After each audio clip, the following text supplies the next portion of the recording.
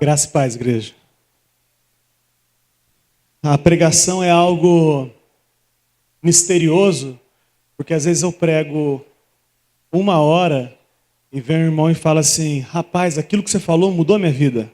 O que foi que eu falei? Aquilo lá assim, assim, assim. Aí eu fico pensando assim, cara, eu não falei nada disso. Mas se mudou a vida dele, amém. Porque nós temos um Deus vivo que passa por cima da minha limitação e age nos nossos corações. Diga amém? É a nossa oração e vamos orar por isso, para que o Senhor trate com a gente. Feche seus olhos. Senhor Jesus, nós te amamos e pedimos para que o Senhor nos ajude a compreender os seus mistérios para a gente e que o Senhor passe de fato por cima da minha limitação e transforme os nossos corações, a nossa vida, para que a gente seja aquilo que o Senhor projetou para a gente ser. Nós te amamos, nos conduza em nome de Jesus. Amém. Amém. A gente começa hoje a nossa série de verão. O logotipo achei que ficou bonito, ficou brasileiro, ficou quente, né? Ficou com palmeiras, olha só no canto. E a série verão, o tema é família. E a gente vai discutir durante todo o verão a respeito de família. Família tem sido extremamente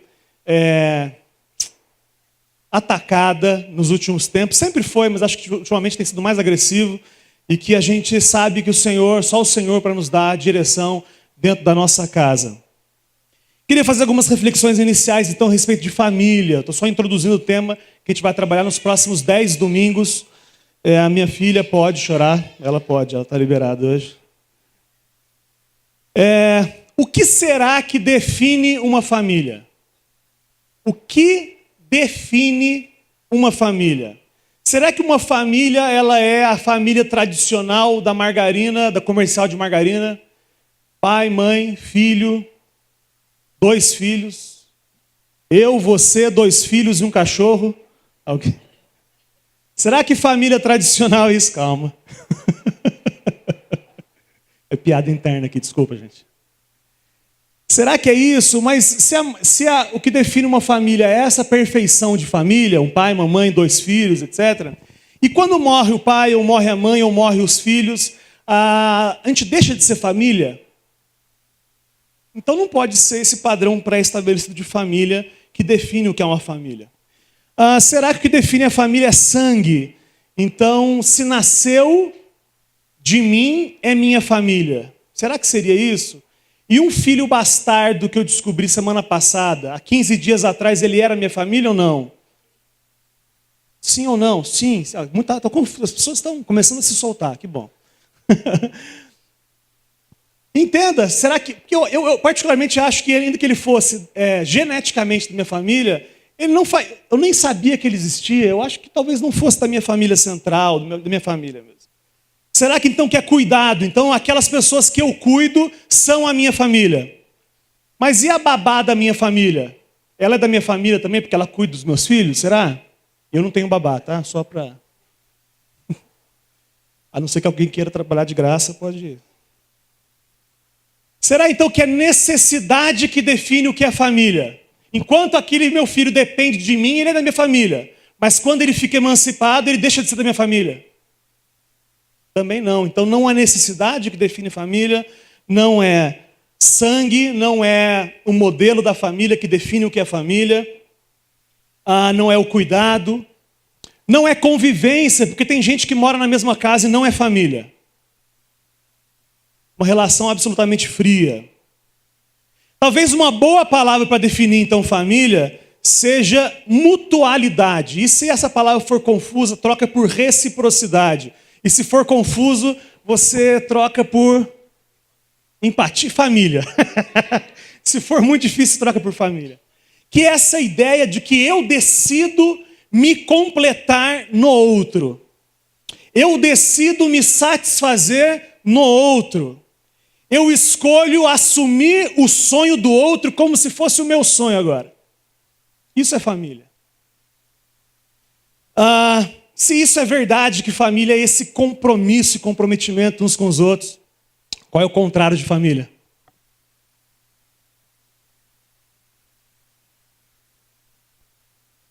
Egoísmo, independência, talvez, indiferença, solidão. Tem uma palavra que eu acho que foi legal, hedonismo. Quem não sabe o que é hedonismo, hedonismo é o culto a si mesmo. Obrigado, Regis. O seu prazer e você são o centro da sua vida. Então você vive, não vive pelo outro, você vive por você. Esse talvez seja exatamente o contrário de família.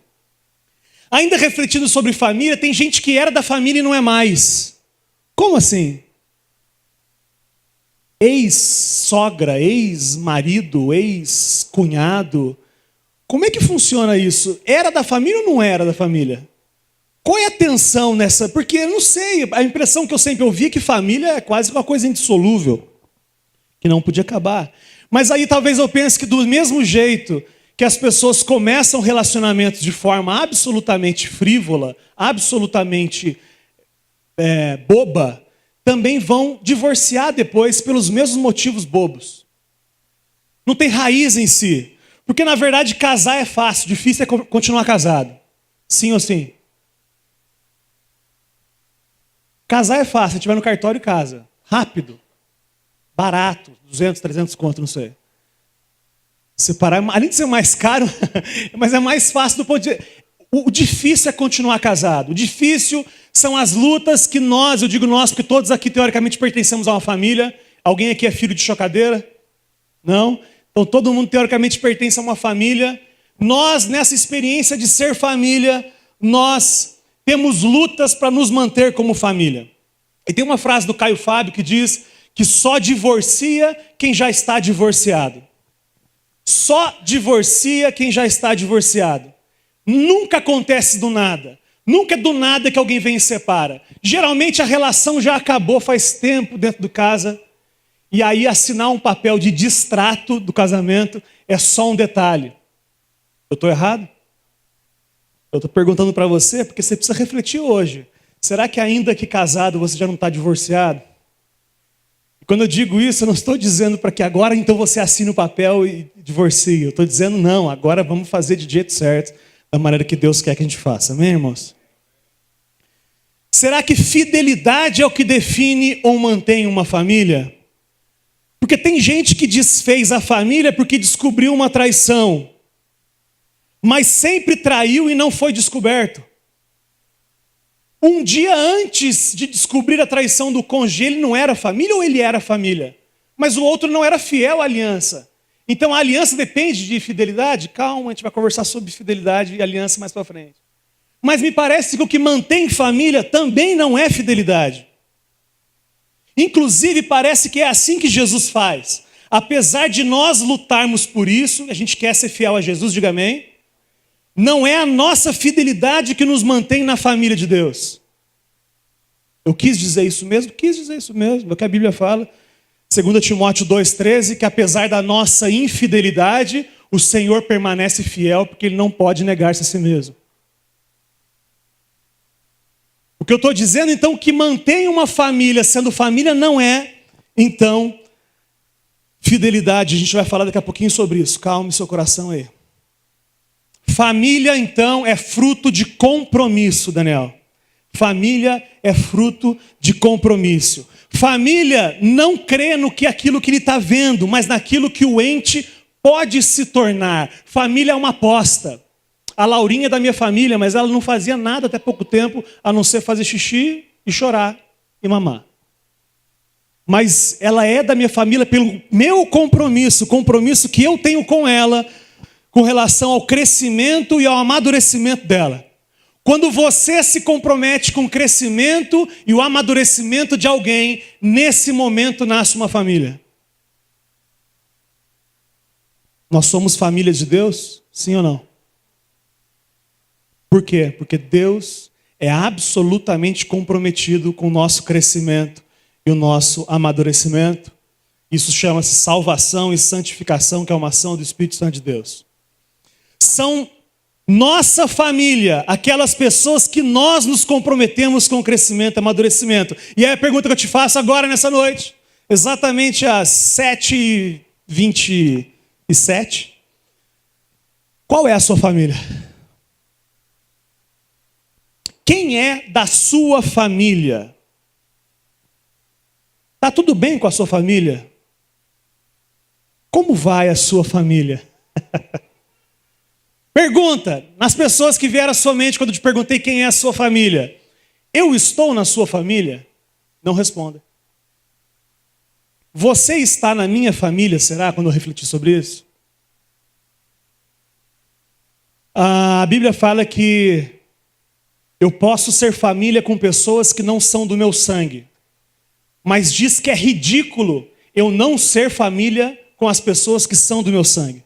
1 Timóteo 5,8 fala que aquele que faz isso negou a fé e é pior do que o incrédulo. Se você não é família, no sentido mais profundo da palavra família, que é comprometimento com o crescimento e amadurecimento de alguém que nasceu, que é do seu sangue, a Bíblia diz que isso é pior do que o incrédulo e você negou a fé.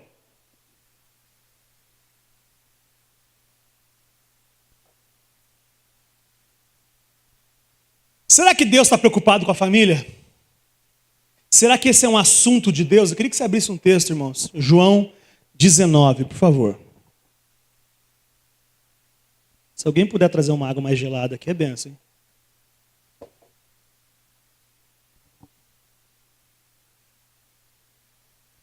João 19, 25, por favor.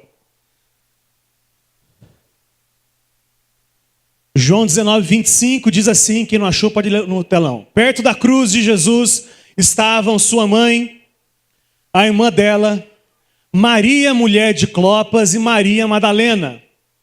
Quando Jesus viu sua mãe ali e perto dela o discípulo a quem ele amava, quem é o discípulo a quem Jesus amava? Ele que está escrevendo, né? Esse cara é meio narcisista. Bom, mas estou brincando. Se o Espírito Santo deixou de ficar na Bíblia é porque deve ser mesmo. E aí, quando Jesus viu sua mãe ali, e perto dela o discípulo a quem ele amava, disse à sua mãe, aí está o seu filho. E ao discípulo, aí está a sua mãe. Daquela hora em diante, o discípulo a levou para casa. Algumas versões dizem, nessa hora em diante, ele recebeu ela como sua família. Provavelmente, José já era morto. Os irmãos de sangue de Jesus já tinham casado, porque as pessoas casavam cedo nessa época, e só Jesus que era o solteirão da família. E aí quando Jesus estava pregado na cruz, cumprindo o seu ministério, ele olha para sua mãe que ia ficar viúva e órfã, talvez a palavra, ia ficar abandonada. Ele olha para ela e olha para João, um rapazinho de talvez 16, 17 anos, e fala assim, ô Joãozinho, cuida da Maria, ou Maria, cuida do Joãozinho. E por que eu vejo isso? Porque nenhum sucesso ministerial compensa o fracasso de uma família. O que eu estou dizendo para você é que a prioridade da sua vida é a edificação da sua família. Diga amém. Você crê nisso mesmo?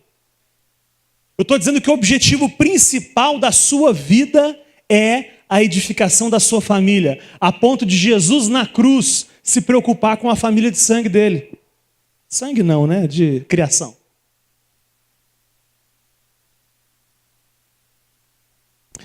Deus não só está preocupado com esse assunto da sua família, como foi Ele que inventou esse negócio de família. Tem uma expressão que você não precisa decorar, chama pericorese. Os cristãos orientais usam muito essa expressão para definir Deus. Nós cremos num único Deus, diga amém. O Pai, o Filho e o Espírito Santo. Aí confuso, né? É um só Deus ou são três? Hã? É um, mas é o Pai, o Filho e o Espírito Santo. Não, mas são três agora que você falou. É um. Esses cristãos orientais, eles usam a trindade, porque nós cremos em um Deus que se manifesta de três formas diferentes: Pai, Filho e Espírito Santo. E eles dizem que esses três é como se eles estivessem dançando. E tire a sua visão infantil dos três estarem dançando. Pensa no lado legal dessa ideia dos três dançando. O Pai, o Filho e o Espírito Santo dançando, ou seja, num momento de extrema descontração, tá certo? Momento de extrema descontração, se divertindo e divertindo um ao outro. E enquanto dançam, ora um está no centro da roda, ora o outro está, aquela troca de uma festa, os três numa festa. A verdade é que eles se bastam. Eles vivem a família do seu âmbito mais profundo do que é ser família, a Trindade vive. E eles, na sua generosidade, olham e convidam o homem para participar dessa dança, para participar da sua família. Então, quando nós refletimos a respeito disso, nós estamos dizendo que a nossa família na terra é reflexo necessariamente da nossa família no céu. O que nós estamos aqui dizendo, eu estou dizendo para você, é que Deus não nos criou por necessidade, porque Ele se bastava. Você acha que Deus estava triste no final de tarde, na hora do happy hour, e falou, estamos muito poucos aqui, nós só a gente aqui, os anjos estão, papo meio furado esses anjos aí, vamos criar o homem, só para te deixar de ser. Foi isso que aconteceu? É claro que não foi assim que aconteceu. O Richard me falou uma coisa bem interessante a respeito disso, quando ele refletia sobre Gênesis 1, e você perceba que o Gênesis 1 todo é haja luz, é milagroso, haja luz, haja leão, haja planta, haja mar, faça, é milagroso. Mas na hora de criar o homem, qual é a expressão dada lá? Façamos o homem a nossa imagem e semelhança. O homem, a família, não é fruto de poder, é fruto de vontade, é fruto de relacionamento de Deus. Diga amém se você entendeu isso, irmão. Deus não podia falar assim, haja homem. Mas não, é comprometimento com isso. Eu vou fazer, eu vou amadurecer esse cara aqui, eu vou garantir a existência dele. A gente vai falar sobre isso agora. Eu queria que você abrisse em João 17, 20. A relação que Deus quer que a gente tenha com Ele e que a gente tenha uns com os outros é a relação que a Trindade tem entre si. Texto de João 17, 20. Minha oração não é apenas por eles, isso aqui é Jesus orando. Eu não estou orando só pelos discípulos, mas eu rogo também por aqueles que crerão em mim. Tem alguém aqui desse aí que Jesus orou? Tem mesmo? O Deus está aí nessa oração aí? Olha que legal, Jesus orou por mim e por você. Eu oro não pelos discípulos, pelos 12 só, mas oro também por aqueles que hão de crer em mim, por meio da mensagem. A mensagem sua, essa versão é ruim. 21. Para que todos sejam um, Pai, como tu estás em mim e eu em ti. Que eles também estejam em nós, para que o mundo creia que tu me enviaste. Olha que legal isso, cara.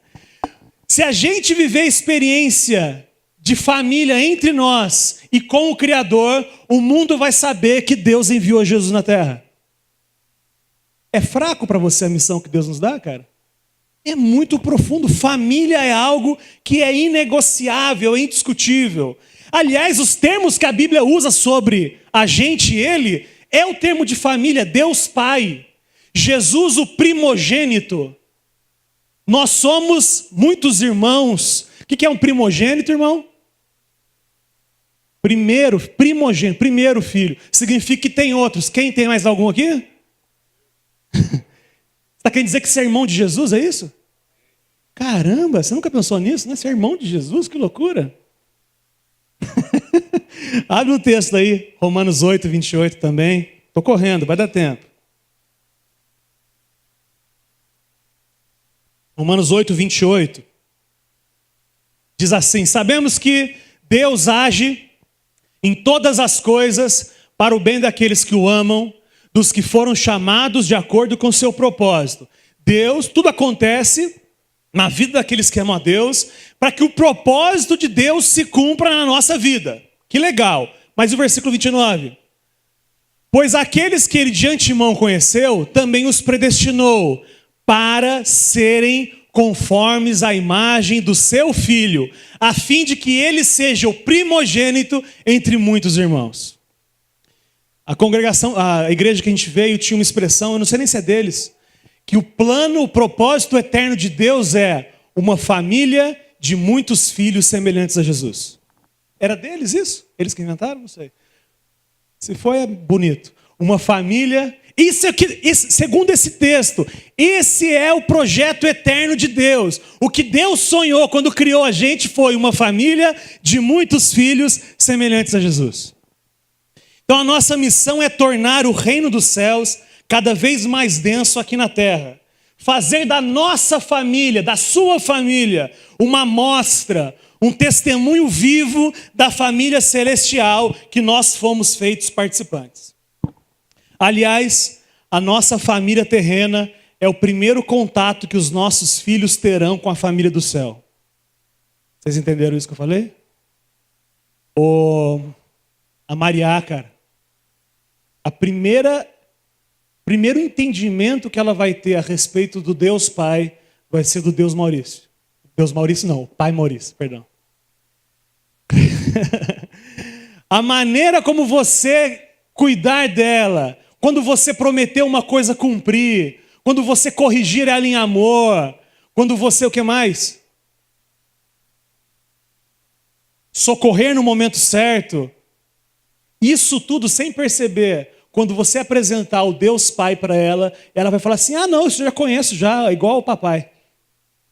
É o primeiro contato que os nossos filhos vão ter com a família do céu, é com a família da terra. Aliás, esse processo, quando ele é mal sucedido, ele é desastroso. Porque o filho projeta em Deus aquilo que ele viu no pai. Aí os neuras, os traumas, os complexos, as compulsões que nós temos, muitas delas são frutos daquilo que nós tivemos com os nossos pais. Diga misericórdia. Agora, sobre família, as projeções com relação à expectativa e às frustrações da sua família. Você não precisa responder. Você é feliz com a sua família? Não responda. Você é satisfeito com a sua família? Ou você é frustrado com a sua família? As mágoas são frutos de decepções com promessas que quase nunca foram feitas. Quase nunca foram feitas. A gente cria uma expectativa em cima das pessoas que as pessoas nunca nos deram aquilo. As pessoas nunca prometeram que seriam aquilo. E eu projeto na minha família o perfil de família ideal. E quando essa família não é, eu me frustro. Mas, cara, é o que eu sou, não tem jeito. É o que você tem para hoje. Pensa na sua família aí. Filho, cunhados.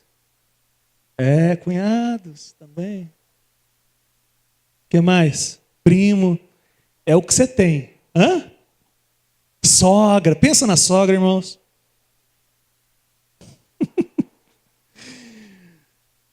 Nós projetamos expectativas muito pesadas e que a nossa família não tem a menor possibilidade de satisfazer. Essa ideia de família perfeita que você antes de casar tinha, essa é uma ideia que você precisa esquecer, não existe. Todas as vezes que Jesus falou sobre família, ele falou sobre famílias quebradas. Jesus, não lembro de nenhuma citação de Jesus de uma família perfeita. Ele vai contar a história de um pai que tinha 2 filhos. Um pegou metade dos bens dele e gastou com prostituta, o outro estava com ele na fazenda, mas não gostava dele. Isso é uma família perfeita? Aí ele conta a história de 2 filhos, outros 2 filhos. Um falou, pai, não vou trabalhar com você. Respondão.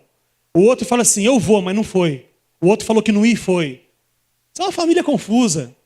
Jesus sempre que apresenta histórias de família, ele sempre mostra as limitações da família. A gente é que escreve a nossa ficção de família nas redes sociais. Você coloca o almoço em família, mas não coloca que você brigou com a família aquele dia. Você coloca o aniversário do filho, mas não coloca a frase de desrespeito que ele falou na noite anterior. Se os escritores da Bíblia usassem o Facebook e fossem como nós, jamais teria a história de Davi adulterando com Betseba. Jamais teria a história do filho de Davi estuprando a irmã. Jamais teria a história de Elias depressivo, querendo suicídio, querendo se matar na caverna. Não teria isso. Mas Deus não escreve, ele não é de Facebook, não. Deus escreve aquilo que é necessário para que a gente cresça e amadureça. E ele nunca diria que existe família perfeita, porque não existe. Você precisa desconstruir isso. Por que eu estou dizendo isso? Que é necessário que para os seus filhos vocês encarem, nós encaremos as nossas imperfeições, não tentando parecer para eles uma coisa que a gente não é. Porque a gente fala uma coisa e vive outra, eles percebem isso. Estou errado? Estou errado? Não estou. O propósito, a própria família de Jesus não é uma família perfeita. Os irmãos de Jesus faziam bullying com ele ou não? Lembra dos irmãos de Jesus? Ô Jesus, ei, não é você que fala que é o Messias aí? Aparece aí agora. Vai lá, tem uma festa legal aí. Aparece lá para todo mundo lá. É assim que não tem família perfeita. Uma boa notícia para você hoje: a sua família não é perfeita, assim como a minha não é perfeita. E ou a gente encara isso e busca tratar as nossas mazelas em Jesus, ou a gente vai continuar iludido pelas nossas próprias ilusões. Diga misericórdia. Então, o que mantém a família sendo família é vista grossa? Você faz vista grossa, faz de conta que não viu o que você viu, para que a família continue existindo? Não é isso que mantém a família? Antigamente talvez já tenha sido isso, né? Então é reputação que mantém a sua família sendo família. O que a vizinha vai pensar? O que os meus parentes vão pensar? É isso que mantém a sua família sendo família? Então é segurança. Afinal de contas, quem paga as contas é ele. Afinal de contas, quem paga as contas é ela. Então eu não posso largar dele ou dela, não posso dissolver a família, porque você não vai ter como criar, como viver. Será que esse é um sentimento legítimo que mantém a família sendo família? Eu vou contar uma história de um cara chamado Marcos Botelho, amigo do Regis. É amigo? Não é uma história bíblica, mas é uma história que faz muito sentido para mim. Eu queria que você entendesse isso. Qual foi o motivo que levou à queda de Lúcifer? Lúcifer era um anjo que morava no céu. E uma hora ele falou assim: não quero mais. Rompeu com o Criador e virou o diabo. Tá? Para encurtar a história é esse. Qual foi o motivo que levou à queda de Lúcifer? Inveja, orgulho. E aí o Marcos Botelho apresenta uma interessante reflexão a respeito disso. Ele diz que o que gerou esse sentimento de inveja, de orgulho que está dizendo aí no coração de Lúcifer, foi a hora em que Deus verbalizou, que Deus disse no céu, na eternidade, que ele criaria o homem, um ser à sua própria imagem e semelhança. Deus chegou para os anjos, reúne os anjos aí. Ô anjaiada, tudo aí, é o seguinte: vou criar o homem, um ser à minha imagem e à minha semelhança. Só um parênteses: se a gente crê, a gente é filho de Deus. Anjo sempre será criatura de Deus. No dia da festa, nas bodas, a gente vai estar sentado e os anjos vão estar nos servindo. Porque nós somos família de Deus e eles são criaturas criados para Hebreus?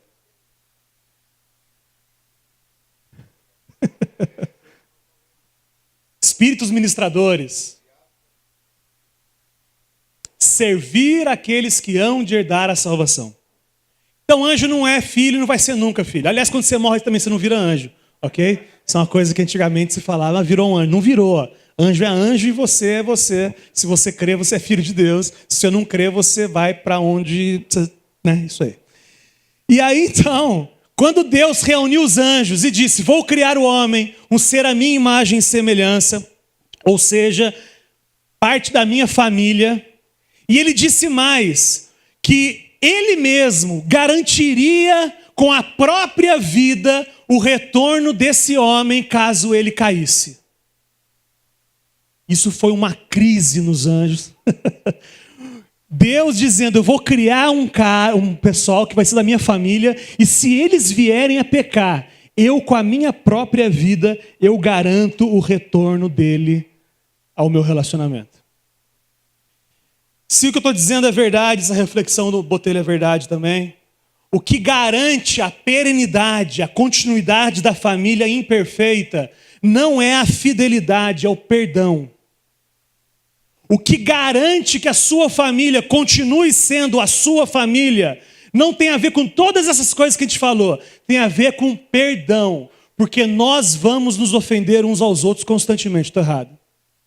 E se você não perdoar, vai rachar.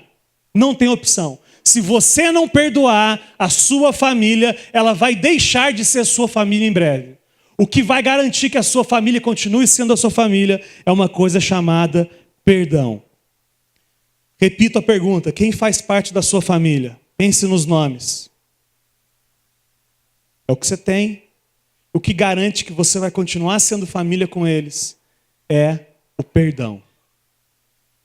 Tem uma expressão que meu pai usou, e eu acho muito profunda, não sei nem se ele entendeu o quanto legal é, que é uma frase que ele falou assim: o custo família. É como se fosse um índice, o custo família. Quais são as coisas que você e que eu, nós temos que fazer para que a família continue sendo família? No caso dele, ele falou isso no momento que ele precisava lavar os pratos. Ele falou: eu vou lavar os pratos porque esse é o custo família. Para receber todo mundo em casa, o custo é lavar prato. Mas eu estou sendo mais amplo do que isso. O que é que você tem que fazer nesse caso que a gente está falando? Eu estou falando do perdão. E eu estou dizendo que o perdão é algo muito caro. Porque perdão é dar ao outro a oportunidade, a chance de te magoar de novo. Quando você perdoa, você baixa a guarda de tal forma que se a pessoa quiser te magoar de novo, ela vai te magoar de novo, porque você já não tem mais nenhuma proteção contra ela. Isso é perdão. E é o que vai te manter sendo família com a sua família hoje. É duro de ouvir isso, mas é a maneira de Jesus de manter a gente na família dele. A maneira que Jesus tem de nos manter família foi morrendo por nós e nos perdoando. Da onde você tirou que você tem a oportunidade e a possibilidade de não fazer como Jesus fez? Da onde você tirou que você pode não perdoar? E é por isso que eu te digo que se você ainda não entrou na família, só que você já está, não tem jeito. Para o jovenzinho eu diria: vê lá onde é que você vai amarrar seu burro, cara. Olha lá onde você vai entrar. Porque esse negócio de família é um negócio muito sério, cara. Jovenzinho que ainda não casou, eu estou dizendo para você que quem vai zelar pela sua família é você, perdoando as iniquidades do seu parceiro e da sua parceira. Porque esse é o jeito de Jesus. Você pode não entrar nessa empreitada. Paulo falou: é melhor não casar. Mas nem todo mundo pode ouvir isso. Aí os jovenzinhos tudo louco aí. Tudo ouvindo Anitta. Esse foi o jeito que Jesus fez. Ele sonhou com o ser humano, ele projetou, ele concebeu e ele garantiu a família através do perdão. Se você não quiser fazer isso, não entre. Porque é esse momento que separa os meninos dos homens. Essa postura é coisa de macho. Quando eu digo macho, não é só homem, não. Mulher, postura de macho. Eu estou dizendo que é isso que separa esses moleques. Há 2 ou 3 semanas atrás a gente orou por alguém que a filha ficou com câncer e o marido abandonou porque não conseguia segurar essa barra. É um moleque. Olha lá com quem você vai casar. Agora, se já casou, irmão, ora para morrer. Não, estou brincando. Ora para Deus mudar. Morrer em Cristo, obrigado, irmã. Ore para ele morrer em Cristo.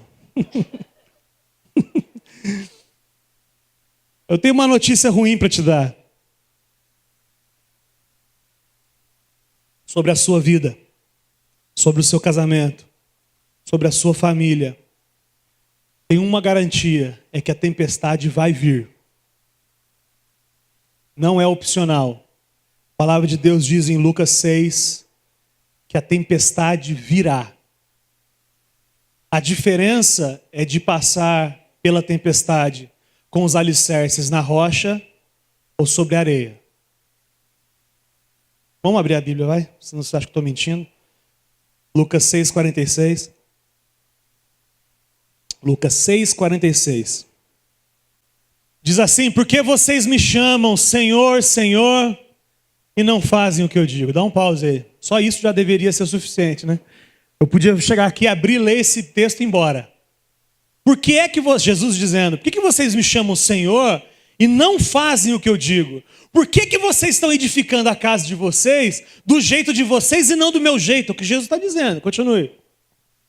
Eu lhes mostrarei a que se compara aquele que vem a mim, ouve as minhas palavras e as pratica. É como um homem que ao construir uma casa, cavou fundo e colocou os alicerces na rocha. Quando veio a inundação, a torrente deu contra aquela casa, mas não a conseguiu abalar, porque estava bem construída. Mas aquele que ouve as minhas palavras e não pratica... Ouve as minhas palavras e não pratica. Nas próximas semanas a gente vai falar muito de conselhos práticos a respeito das nossas famílias. Se a gente ouvir e não colocar em prática, é como um homem que construiu uma casa sobre o chão, sobre areia, sem alicerces. No momento em que a torrente deu contra aquela casa, ela caiu e a sua destruição foi completa. Diga misericórdia. Ouvir a mensagem e praticar a mensagem é o alicerce para que as nossas famílias, no momento de tempestade, permaneçam de pé. Amém, Jesus. Pedir então oração pelo casamento ou pela família e continuar edificando igual, significa necessariamente que vai continuar comendo os mesmos frutos de agora. Direto a pessoa vem e fala assim, pastor, ora pelo meu casamento. Mas se ele volta para casa e continua agindo igual, o casamento não vai mudar, irmão. A gente tem que ouvir o conselho de Deus e colocar em prática. A bênção de Deus, ela não é promíscua, ela está atrelada à obediência à palavra. A gente não precisa conhecer o que a palavra diz sobre as nossas famílias, ou a gente precisa conhecer o que a palavra de Deus diz sobre as nossas famílias e as posturas que a gente tem que tomar para receber as boas consequências por isso. Família, então, não é o lugar para a gente ser feliz. Família é o lugar para a gente aprender a amar, do jeito que Jesus amou. Com Jesus sendo família com a gente e transformando o nosso coração. Se isso é verdade, e esse assunto que a gente vai tratar nas próximas 10 semanas, família, a gente precisa pedir e clamar para que o Senhor faça essa obra na nossa família. Diga amém. Porque de fato a gente quer que a nossa família seja uma amostra grátis da vida com Jesus, ou não. A gente quer que as pessoas olhem para a nossa família e saibam que existe um Deus que salva, que perdoa, que transforma, que traz de volta. E só uma ação de Deus para fazer isso em nós. E eu queria, junto com vocês, orar para que esse milagre aconteça na nossa casa e também aproveitando para que você ore pelo seu irmão do lado. Não precisa nem falar com ele, mas ore por ele também, porque a Bíblia diz que isso é um movimento sobrenatural que acontece no nosso meio. Feche seus olhos, curva a sua cabeça. Senhor Jesus, nós queremos pagar o preço para termos a nossa família rendida aos seus pés, Pai. Nós queremos pagar o preço que você pagou dando a vida por nós. Nós queremos também dar a vida pelas nossas famílias, Pai. Pela nossa família. Nós pedimos para que o Senhor nos mostre as nossas iniquidades, os nossos erros, e principalmente que o Senhor nos ajude no processo de mudança, porque a gente quer fazer aquilo que o Senhor quer que a gente faça, não aquilo que a gente tem feito, Pai. Por isso eu te peço, Senhor, com toda a liberdade de filho, sabendo que o Senhor é comprometido com o meu crescimento, com o meu amadurecimento, eu te peço que o Senhor faça e use os meios necessários para que a gente consiga levar, refletir o seu amor, a sua misericórdia, a sua graça dentro das nossas casas, Pai. Que a gente possa ser você dentro de casa. Que a mudança das nossas famílias comece em nós. Se o Senhor não, o nosso cônjuge, se o nosso parente não quer mudança, que o Senhor nos mude 2 vezes. O Senhor nos mude mais. O Senhor nos conduza nesse caminho, Pai. Não é um caminho natural. O caminho natural é da discórdia, da separação, do divórcio. O caminho natural é da briga.